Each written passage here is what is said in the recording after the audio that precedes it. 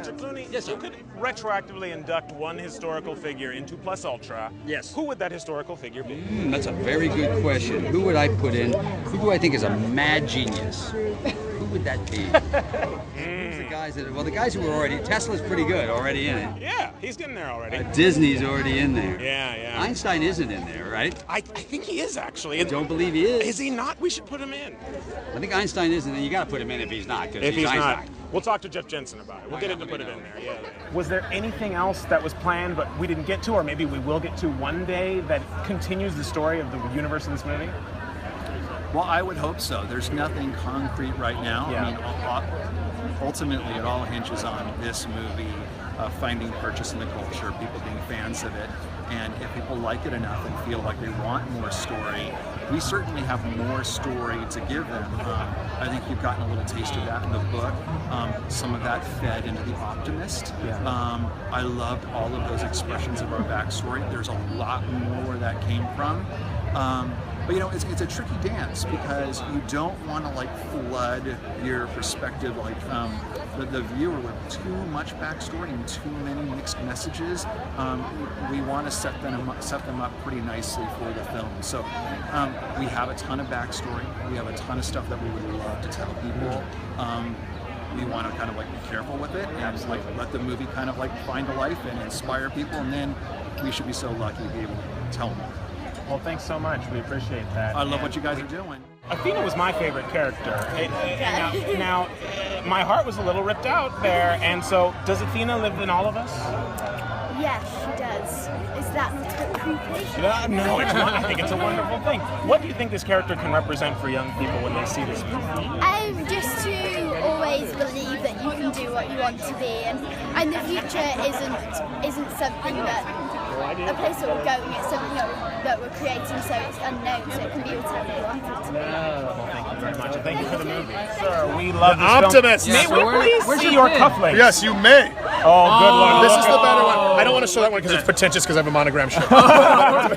Oh, that is Damon glorious. Lindelof gave me that. He When gave me will that. we be seeing your extra thing that you shot for Blast from the Past? I don't know. I don't know when I know that's they coming out. registered the website. They did. They Okay. did, but Okay. where is it? I don't know.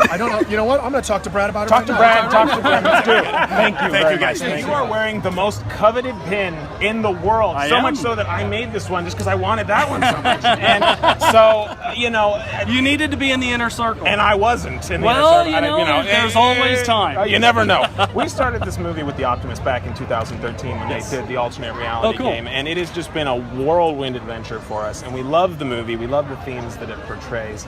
And so the question is, are we going to see it flood back into where it was inspired from? I hope so. I really hope that at some point that, Walt Disney Imagineering has always been looking at Tomorrowland as an opportunity. And I think from this movie, we've created more ideas and opportunities. And I really hope that they end up doing something with that. We hope so too. Thanks so much for your time. The HDR pass that you guys did on the movie. What was that like?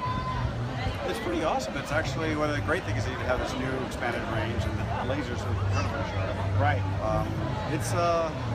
It's pretty immersive on that screen. You like it, right? We all loved it, and the best screen in the world to see it on. It's right there. It's pretty amazing, that screening. It's amazing what they did with the whole place. The whole going down, open up the whole basement, that large screen. Oh, incredible! And now, Great job. did you know when you guys were shooting it that you might expand the aspect ratio for IMAX, or was that something you guys fine-tuned We later? talked about it a little bit in the beginning. There was in the beginning of the movie, there was a little bit of a mixed ratio. Yeah. And then we kind of just knew in the end that we would actually make a little expanded range. No, but the funny thing was, I said, you got artists, why don't you get somebody to do it? Yeah. Brad said, we have fans that know how you draw, they know your technique. I want you to draw it.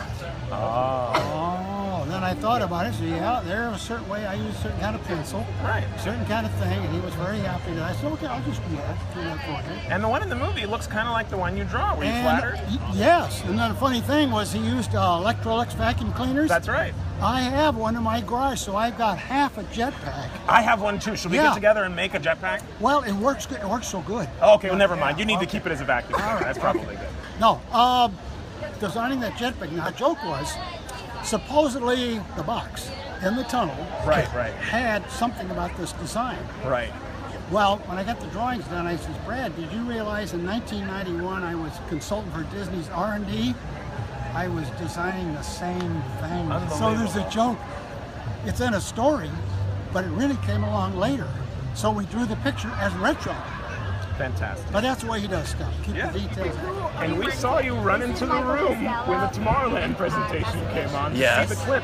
You're about to see the movie. How excited are you? Oh, unbelievable. How many times have you seen the little short they're running in Tomorrowland? 10 or 15 Yeah, times. me too. And the post show and all that, so it's wonderful. And, you know, I think I grew up and worked here during the great time when Walt Disney brought all those World's Fair shows back.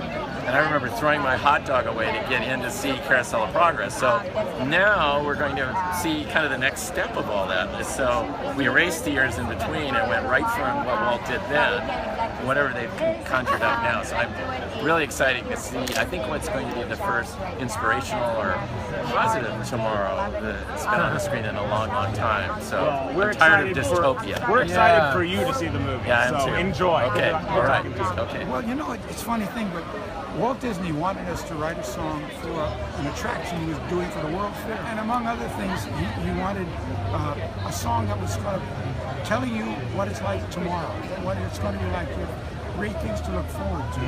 And he was great. He was a great futurist. He always believed tomorrow's going to be better than today.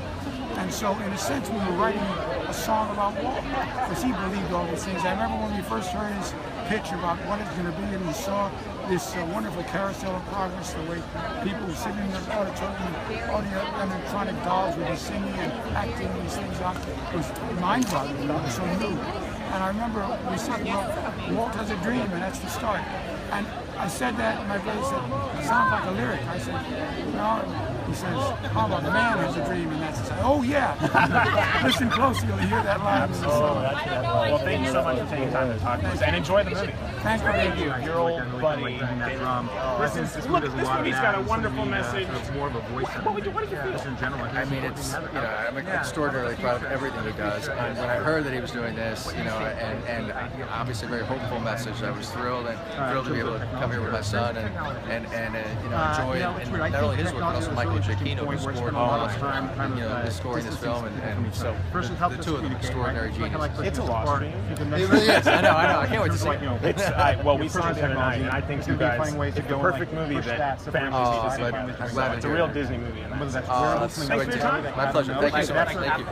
We had a great time here at the Tomorrowland Blue Carpet premiere. Got to talk to a lot of neat celebrities. As you know, we've looked forward to this film for an extremely long time.